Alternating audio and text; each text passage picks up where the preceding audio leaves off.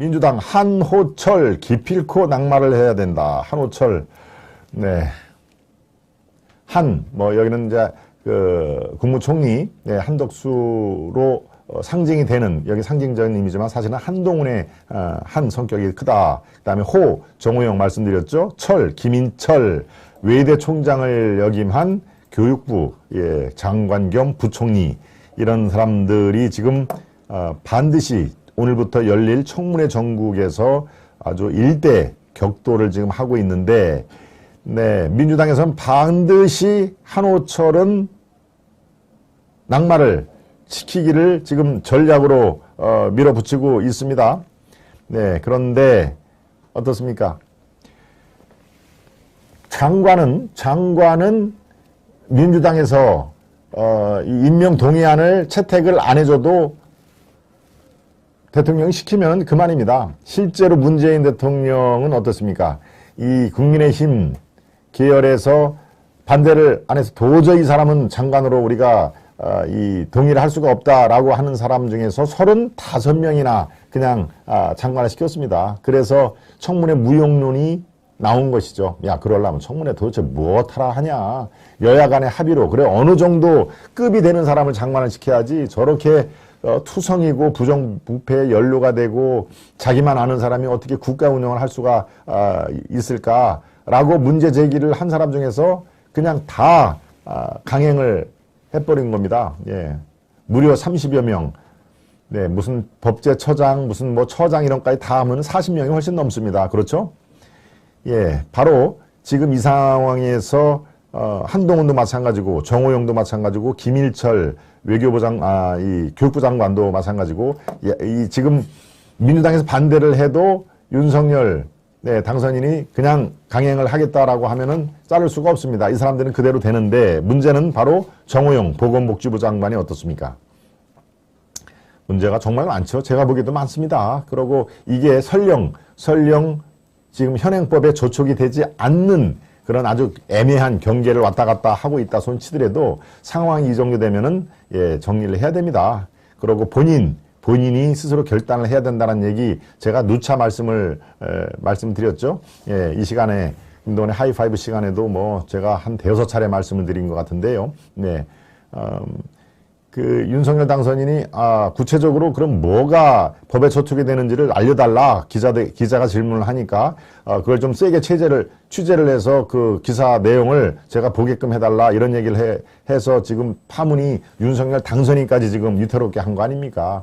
그게 설령 현행 법에는 위법 조치는 아니더라도 이미 국민들이 생각하는 잣대 기준에는 훨씬 더 미치지를 못하고 그 강은 이미 국민의 법강정을 이미 건너버렸다라는 말로 제가 설명을 드렸는데요. 네, 다른 사람이 아니라 정호영 보건복지부 장관은 글쎄요, 강행을 하면은 아마 윤석열 대통령의 커다란 지금 시작부터 동력을 상실하는 그런 요인으로 작용을 할까 상당히 걱정이 되는 바람입니다. 네, 아무튼 뭐 한동훈은 아무리 지금 민주당에서 반드시 낙마를 시키겠다 하더라도 저는 통과시키는데 큰 문제가 없고 아마도 민주당이 이 동의서를 채택을 하지 않는다 손치더라도 한동훈 법무부 장관은 거의 기정사실인데 문제는 바로 총리입니다. 총리. 예, 다른 사람은 대통령이 시켜도 되는데 총리는 어떻습니까? 반드시 국회의 의결을 받아야 되는 상황입니다. 그러니까 재적의원 절반 2분의 1에 참석한 국회의원의 절반이 반대를 하면은 제 아무리 한덕수 총리라도 낙마가 되는 상황이니까 바로 그걸 제일 크게 지금 우려를 하는 것입니다. 왜? 국회는 지금 절대 다수가 민주당 아닙니까? 172석. 그 다음에 오늘 서두에 말씀드린 징글징글한 사람들 거기 6사람을 포함하면은 179석 거의 180석이기 때문에 300석에서 180석은 과반의 150석을 훨씬 넘는 상황 아닙니까? 예, 그러니까 민주당과 정의당 이른바 범야권이 똘똘 뭉쳐가지고 야 한덕수부터 떨어뜨리자라고 하면은 윤석열 대통령의 초기 이런 개혁이라든가 변화의 물결에 상당한 차질을 빚게 생길 가능성이 생겼다. 그래서 지금 사실은 저 한덕수의 국회 통과 여부가 검수완박 이상으로 지금 아주 노심초사를 하는 윤석열과 그 인수위의 속내가 드러나고 있습니다. 어제 일요일은 어제 대통령실 주요 인사들이 발표가 됐지요. 일단 발표가 됐습니다. 비판적인 시각으로 논평을 하기 전에 일단 어떤 이 면면이 있는지를 한번 여러분들께 사진을 통해서 보여드리겠습니다. 지금 비서실장의 김대기, 서울 출신이고 서울대 경제과를 나왔죠. 그 다음에 청와대 정책실장이 주요 이력인데 언제 청와대 정책실장을 했을까요? 바로 MB 때입니다. MB 때. MB 때 청와대 정책실장. 그 다음에 국가안보실 실장의 김성환 서울 출신의 고대를 나왔고요. 이분은 외교통상부 2차관. 이것도 마찬가지로 MB 때 이명박 대통령 때 위통부 차관까지 승진을 했던 사람인데 두 비서실장과 국가안보실장 두 사람이 다 MB 때 아주 핵심 역할을 맡고 있던 사람이죠. MB 때 핵심 역할은 요 밑에 있는 사람들도 또 마찬가지입니다. 수석들도. 그래서 지나치게 윤석열 정부가 MB 색채가 너무 강하다. 왜 굳이 한 정부에서 잘 나갔던 사람들을 또 다시 쓰느냐 하는 이야기가 그래서 나온 것이죠. 지금 원래는 비서실, 국가안보실, 그 다음에 청와대 정책실이라는 게 3실, 세 가지 실인데 정책실을 지금 없앴죠. 그래서 비서실과 국가안보실 두 실만 남겨놓고 있습니다. 그리고 밑에 이 수석도 지금 세 사람을 줄여서 8사람으로 이렇게 조금 슬림화했는데 한번 면면을 보시겠습니다. 정무수석의 이진복, 부산 출신의 한국방통대 출신인, 글쎄요, 그렇다면 상당히 그 주경야독한 분인가요? 국회 정무위원장을까지 한 부산 출신의 삼선 의원입니다. 삼선 의원. 그 다음에 시민사회 수석은 강승규, 충남 출신의 고대, 18대 국회의원 한 경향신문 기자 출신입니다.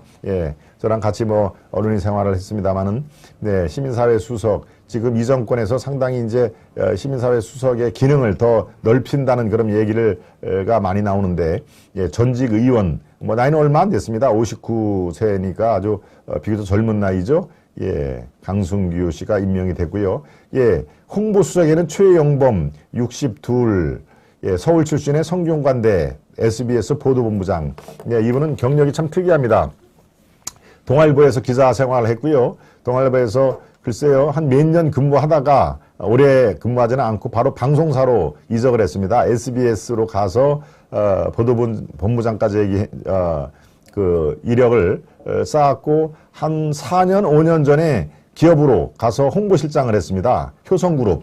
효성그룹의 홍보실장을 하다가 바로 지금 이 정부의 이제 부름을 받았기 때문에 상당히 경력이 신문기자도 하고 방송 SBS도 가고 또 기업에도 5, 6년 또 몸담았다가 지금 우리 나이로 63이네요. 그렇죠. 홍보수석으로 화려하게 롤백을 한 그런 그 상황인데요.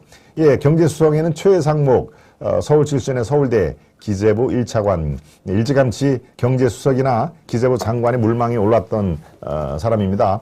사회수석에는 안상훈, 서울 출신의 서울대 교수였죠. 사회복지학과 교수. 요 사람들이 중용이 됐고요. 문제는 요 외교안보 라인에 1차장의 김태효, 서강대 출신의 청와대 대외전략기획관. 그런데 청와대 대외전략기획관, 요것도 또 MB 때 이 청와대의 비서관을 했는데요. 이 김태효 씨는 아주 그렇습니다. 좋게 보는 사람들도 있겠지만 아주 비판적으로 보는 사람들이 굉장히 많습니다. 그러니까 적이 많은 그런 스타일인 걸로 저하고는 큰 일면식은 없습니다만은 적이 굉장히 많습니다. 그래서 김태호 요번에 기용하는 것도 왜 저 사람을 이렇게 자꾸 쓰지? 좀 부정적으로 보는 사람들이 많던데요. 아무튼 그게 글쎄요, 이 성격 이 퍼스널리티 차이인지 아무튼 굉장히 이 적과 우군이 굉장히 갈리는 그런 스타일 같은데요. 2차장의 신인호, 부산 출신의 육사, 청와대 위기관리비서관, MB 출신이 그렇게 많이 있습니다. 그러니까, MB 2 시즌2냐? 이렇게 MB 때 한 자리에 있는 사람을 다시 또 다 긁어 모아가지고, 세술은 좀 세부대에 담아야지, 지나치게 MB가 중용했던 사람들이 너무 많다라고 하는 그런 얘기가 나오고 있는데요. 실제로 지금 그 왼쪽에 있는 매체들은 그걸 집중 공격을 하고 있습니다. 예, 한번 보시죠. 대통령실도 MB맨 다수 포진을 하고 있다라고 하는 비판 기사가 지금 여러 가지로 쏟아지고 있습니다. 그렇죠? MB맨이 지나치게 많다. 네, 9명 중에서 6명을 MB 사람으로 채웠다는 게 그 대신에 호남 출신들이 없고 청년이 안 보이고 여성은 씨가 말랐다. 여성은 지금 어제 발표한 것 중에서 대변인을 하는 강인선 예, 조선일보 기자 유일하게 딱 한 명이죠. 그러니까 이 호남 청년 여성 이른바 조금 상대적으로 중용할 기회를 못 얻는 사람들이 이번에도 마찬가지로 씨가 말릴 정도로 전혀 없고 대신에 MB 때 중용한 사람들이 9명 중에서 6명이나 다시 재발탁이 되는 그런 상황이 되니까 글쎄요, 저도 뭐 이렇게 썩 잘된 인선이라고 보기는 어렵습니다. 그렇지만 또 당선인의 어차피 그 재가를 받은 인선이기 때문에 정말 성공적인 그 국정 운영을 위해서 이분들이 잘 해주기를 사실은 바랍니다. 네, 청와대는 뭐라고 얘기를 할까요? 실무 전문가들을 배치를 하려고 하니까 그런 현상이 벌어졌다. 우리는 일을 중심으로 했기 때문에 그렇게 어떻게 하다 보니까 MB가 중요한 사람들이 다시 온 것이지 이념형인 문과는 차별화가 된다. 네, 저 작은 글씨로 여러분들과 보완을 해드릴까요? 문재인 청와대 일기에는 어떻습니까? 좀 밑으로 가보세요. 예, 문재인 청와대 일기에는 임종석, 장하성, 조국, 홍장표 등 운동권 참여연대 출신들을 포진을 했다. 그렇죠? 그런데 지금 문재인에는 3개의 실과 8명의 수석이 있는데 2개의 실과 5명의 수석. 그러니까 5명, 4명인가요? 그렇습니다. 4명의 4자리를 줄인 것이죠. 11명 중 관료 출신이 2명이고 교수가 3명이다.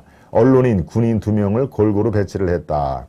그런데 민주당에서는 그렇게 안 보죠. 편파, 편중, MB 사람들, 그 다음에 서울대 출신들을 지나치게 많이 중용을 했다. 그러니까 너희들도 어쩔 수 없는 편중 행사다라고 하는 그런 내용을 지금 보이고 있습니다. 네.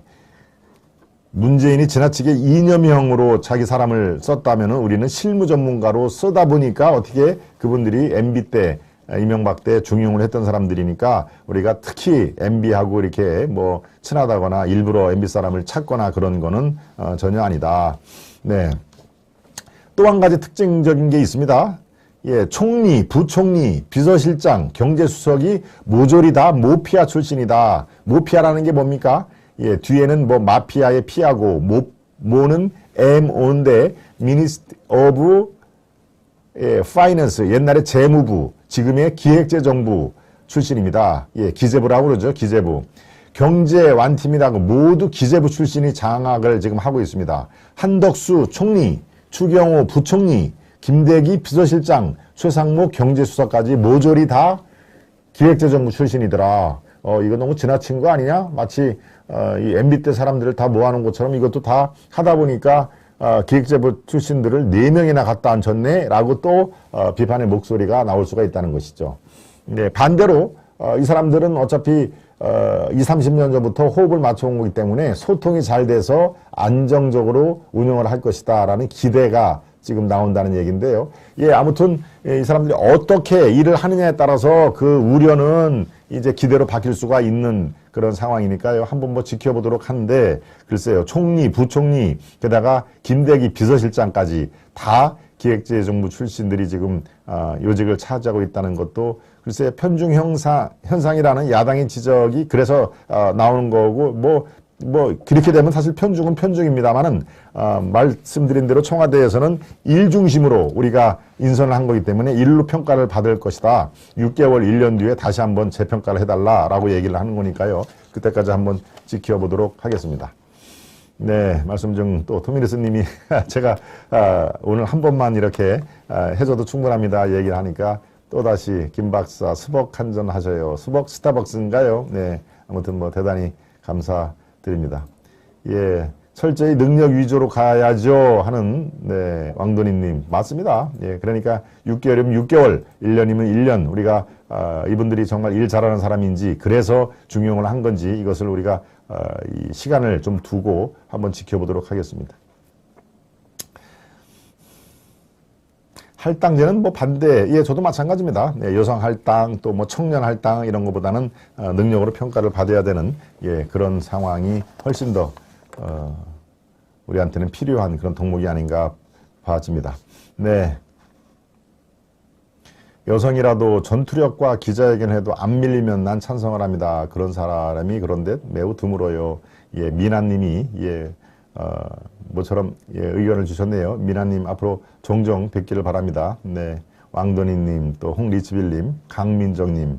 운동권 호남 일색이 아주 질렸다. 문정권은 주사파 호남 노조 세상에서 벗어나야 합니다.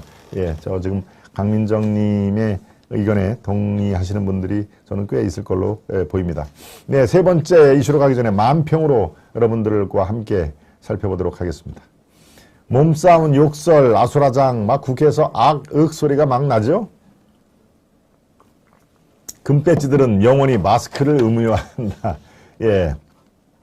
예, 지금 사회적 거리두기에 이 야외, 실외에서는 마스크를 이제 벗어도 된다라고 하는데 하도 저렇게 싸우니까 아유, 야, 국회 내에서는 특히 금배지들 영원히 마스크를 좀 써라. 아주 듣기도 싫다라고 하는 저 싸움 소리.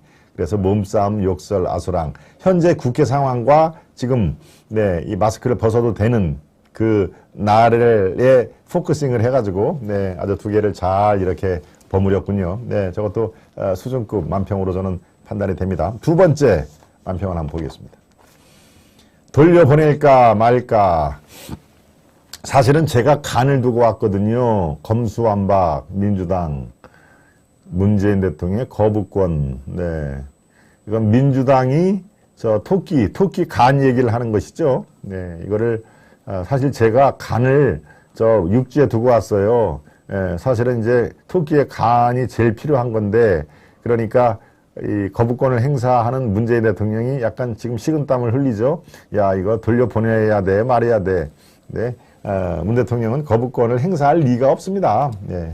또 실제로 지금 검찰의 검사들의 수사를 불공정하다는 걸로 대국민들에게 규정을 아주 해버리지 않습니까? 지난주에 기자회견 할 때도 그렇고, 네, 그 다음에 손석희와의 또 마지막 대담할 때도 그렇고, 지금 검찰은 자기 입맛에 맞는 수사만 하고 있다. 국민들은 그걸 뭐 우려를 한다라고 안 해도 될 말을 그렇게 얘기해가지고 또 평지풍파를 만들었습니다만 검사들이 아주 뭐 들고 일어났죠. 네, 그러니까 거부권을 행사할 리는 없습니다. 그러니까 토끼 간을 찾아오라고 다시 육주로 보낼 일은 없을 것이다라고 제가 만평을 설명을 해드리겠습니다. 네. 네, 애나님은 윤석열에게 실망을 했다는 말씀을 보내주셨네요. 또 5년을 각자 도상해야겠나요? 그렇군요. 네, 애나님도 우리 시청자, 아주 왕 시청자 대열에, 예, 들어오셨습니다. 앞으로 자주 보여주기를 바랍니다. 네, 지금 여러분들 속속들이 지금 열심히 경청해 주셔서 감사드리고요. 지금 우리 시청자 여러분께서 저 김동원과 김동원의 하이파이브를, 예, 가장 쉽게 도울 수 있는 방법은 바로, 예, 좋아요와 구독을 살짝 눌러봐 주시는 겁니다. 네, 예, 뭐 대부분은 다 구독자시겠지만 오늘 처음 들어오신 분이거나 아니면 아직도 깜빡해서 구독을 못 누르신 분들은, 예, 구독과 좋아요도 여러분들이 많이 눌러봐 주시면은 바로 그게, 이 추천 동영상으로 올라가가지고 불특정 다수 시청자들에게 이렇게 다가가는 그런 그 도구가 되니까요. 좋아요가 그래서 중요하죠. 네, 여러분들 다시 한번, 예, 부탁을 드리도록 하겠습니다. 네, 고품격 방송, 고품격 시청자님들 좋아요는 인격입니다. 눌러주세요 하고 또 트미리스님이, 예, 아주 오늘 저를 대신해서 여러 가지 활약이 아주 많으십니다. 대단히 감사드립니다. 역시 우리의 아주 왕팬이십니다. 네, 다시 한번 감사를 드리고요. 네, 마찬가지입니다. 고객님, 왕돈이님, 남재의성님, 홍리치빌님, 네. 여기 제가 보는 그 댓글 장은 딱 6분만 이렇게 보입니다. 그 다음에 여러분들이 댓글을 많이 보내주시면 이게 빨리빨리 올라가기 때문에, 예, 이미 올라간 댓글은 제가 잘 못 보니까요. 그래서 소개를 못 시키는 거 여러분들이 이해를 해 주실 걸로 제가 믿고 있습니다.